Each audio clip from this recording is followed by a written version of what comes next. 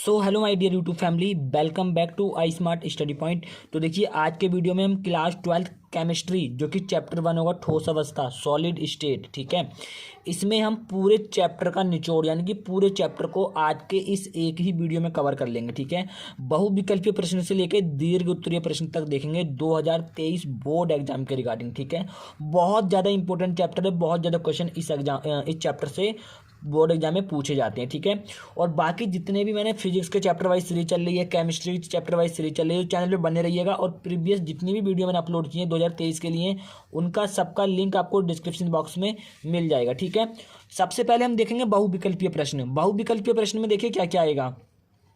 जो पहला क्वेश्चन होगा वो होगा फ्रैंकल दोष के कारण आयनिक क्रिस्टल का घनत्व घटता है, बढ़ता है, परिवर्तित रहता है या फिर अपरिवर्तित रहता है, ठीक है। तो फ्रैंकल दोष मैंने आपको पढ़ा दिया था, टॉपिक वाइज भी मैंने क्लियर कराए हैं, ठीक है। अब हम क्वेश्चन वाइज देख रहे हैं। तो इसमें जो है आपका ऑप्शन नंबर 4 आपका बिल्कुल करेक्ट हो जाएगा, अपरिवर्तित रहता है, ठीक है। फ्रैंकल दोष के कारण आयनिक क्रिस्टल का जो घनत्व होता है उसमें कोई भी परिवर्तन नहीं होता है, यानी कि ऑप्शन नंबर 4 आपका बिल्कुल करेक्ट हो जाएगा, ठीक है।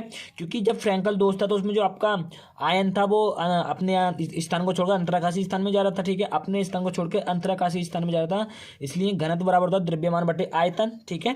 क्योंकि अब वो जब दूसरे स्थान में जा रहा था तो उसकी वजह से उसके घनत्व में कोई भी परिवर्तन नहीं हो रहा था, इस वजह से उसका जो घनत्व था वो अपरिवर्तित रहता था, ठीक है। क्योंकि मैंने कराया था ये आपको टॉपिक वाइज में, ठीक है। Fe3O4 का क्रिस्टल है, ये बहुत बार क्वेश्चन आया हुआ है, वेरी इंपॉर्टेंट क्वेश्चन है, ठीक है।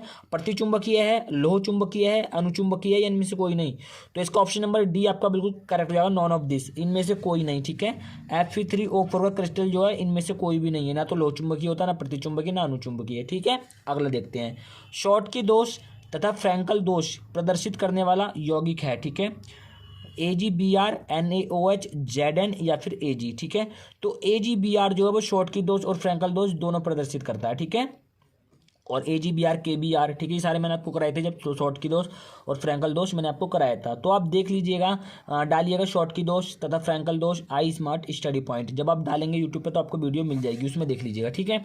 अगला देखते हैं। ग्रेफाइट है, क्या है? आयनिक ठोस है, धात्विक ठोस है, सहसंयोजी ठोस है या फिर आणविक ठोस है, ठीक है। आणविक ठोस तो होगा नहीं और धात्विक ठोस भी नहीं होगा, आयनिक ठोस भी नहीं होगा। इसका ऑप्शन नंबर सी आपका बिल्कुल करेक्ट होगा, सहसंयोजी ठोस। ग्रेफाइट जो था वो सहसंयोजी ठोस होता है। और ग्रेफाइट जो था वो कार्बन का अपर रूप भी होता है, ठीक है। कार्बन के दो अपर रूपों के नाम बताइए, तो एक होता है ग्रेफाइट, दूसरा होता है हीरा। ये क्वेश्चन बहुत बार पूछ भी लेता है कि कार्बन के दो अपर रूपों के नाम बताइए, ठीक है। तो ये आपको याद रखना है, ठीक है ना। अगला क्वेश्चन है, एक क्रिस्टलीय ठोस में होती है कौन सी व्यवस्था होती है? अनिश्चित व्यवस्था, लघु परास व्यवस्था, दीर्घ परास व्यवस्था या इनमें से कोई नहीं। तो एक क्रिस्टलीय ठोस में जो होती है वो दीर्घ परास व्यवस्था होती है, यानी कि ऑप्शन नंबर सी आपका बिल्कुल करेक्ट हो जाएगा। अब देखिए हम अति लघु उत्तरीय प्रश्न देखेंगे। अति लघु उत्तरीय प्रश्न में सबसे पहले क्या आएगा? बहुत ज्यादा इंपॉर्टेंट क्वेश्चन है ये, वेरी वेरी इंपॉर्टेंट, मैंने इस पर लगाया हुआ है। कांच को यानी कि गिलास को, कांच को अतिशीतित द्रव क्यों माना जाता है? कांच को अतिशीतित द्रव क्यों माना जाता है, ये पूछ रहा है, ठीक है। जो कांच होता है अपना खिड़कियों में लगा हुआ जो शीशा होता है, उसी के बारे में कह रहा है कि कांच को अतिशीतित द्रव क्यों माना जाता है। तो इसको देखेंगे। देखिए, क्योंकि ये ठोस होते हुए भी, अब देखिए कांच ठोस होता है ये तो आपको पता है, ठीक है। पदार्थ की 3 अवस्थाएं होती हैं, ठोस, द्रव, गैस। तो जो कांच है वो ठोस होता है, ठीक है। तो क्योंकि यह ठोस, वैसे तो ध्यान दीजिए पदार्थ की जो 5 अवस्थाएं होती है, ठीक है, ठीक है। तो उसमें कोई दिक्कत वाली बात नहीं है, लेकिन अगर मोस्टली जगह पे जो हम इस चैप्टर में पढ़ते हैं वो 3 ही पढ़ते हैं, मोस्टली जगह पे 3 ही होती है, ठीक है, बट 5 होती हैं, ठीक है ना। कौन कौन सी होती हैं 2 आप कमेंट सेक्शन में बताइएगा, नहीं तो कमेंट सेक्शन में मुझसे पूछिएगा सर 2 कौन सी होती है, मैं आपको बताऊंगा, ठीक है। क्योंकि ये ठोस होते हुए भी द्रवों के कुछ गुणों को प्रदर्शित करता है। देखिए कांच जो वो एक ठोस है, लेकिन ठोस होते हुए भी ना ये कुछ द्रवों के गुणों को प्रदर्शित करता है। क्या करता है? द्रवों के समान उसमें प्रवाहित होने का गुण होता है। ये द्रवों के समान प्रवाहित होता है, यानी कि बहता है। अब आप कहेंगे कि कांच कैसे बहता है, अब ये आपको पता लगेगा। आप बोलेंगे आप कांच तो सर कांच होता है, खिड़की में जो लगा होता है कांच, वो तो कांच होता है, लेकिन वो कैसे बहता है, कैसे प्रवाहित होता है, तो वो भी देखेंगे, ठीक है। क्योंकि ये थोड़ा सा द्रवों के समान प्रवाहित होता है, इसका यह गुण पुरानी इमारतों के कांच में देखा जा सकता है। देखिए जैसे आपके यहाँ पे कोई या कहीं भी बहुत पुरानी इमारतें होती हैं, 30-35 साल पुरानी कोई इमारत हो या 20-25 साल पुरानी कोई इमारत हो, ठीक है, तो उसकी खिड़कियों पे देखिएगा, उसकी खिड़कियों पे देखने के लिए आपको क्या मिलेगा, जो कांच होता है उसका निचला हिस्सा जो होता है, कांच का जो नीचे वाला हिस्सा होता है वो मोटा होता है और ऊपर वाला हिस्सा जो होता है वो पतला होता है। देखिएगा ध्यान से आप, जो कांच का नीचे वाला हिस्सा होगा ना, जहाँ खिड़की में लगा हुआ था बीच में कांच, तो कांच का जो नीचे वाला हिस्सा होता है वो मोटा होता है और ऊपर वाला हिस्सा जो होता है वो पतला होता है, ठीक है।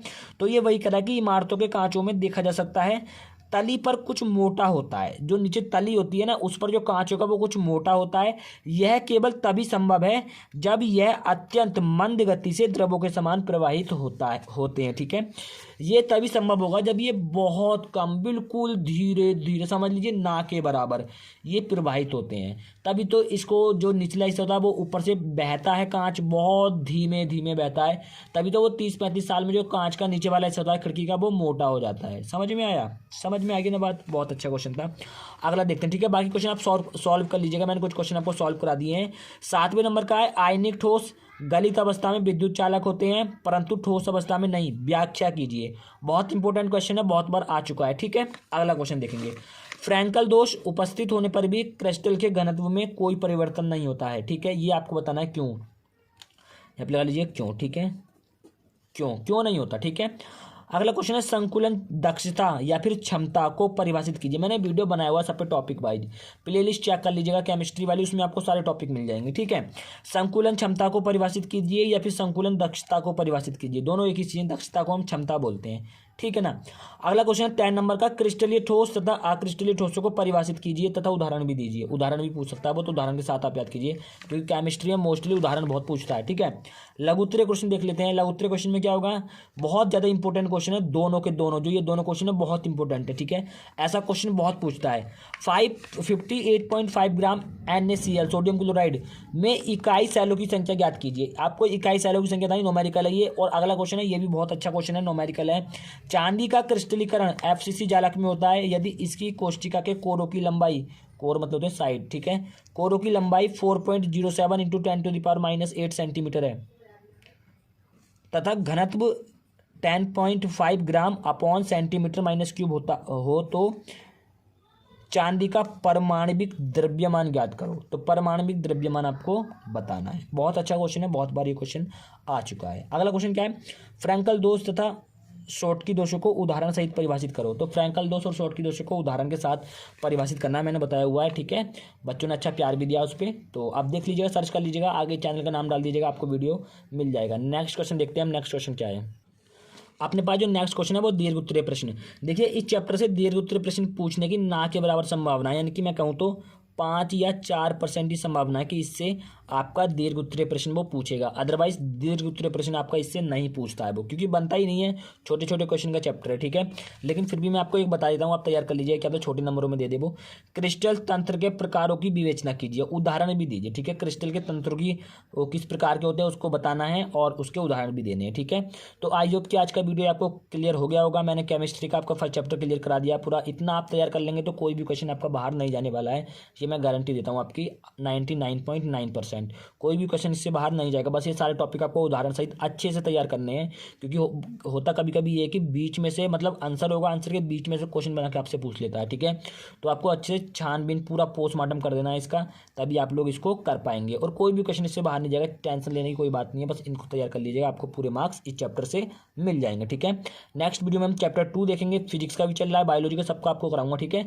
चैनल में बने रहिए और वीडियो को ज़्यादा से ज़्यादा शेयर कीजिए और नया चैनल पर सब्सक्राइब कर लीजिएगा, ठीक है। हम मिलेंगे आपसे किसी नेक्स्ट वीडियो में, तब तक के लिए जय हिंद, वंदे मातरम, भारत माता की जय।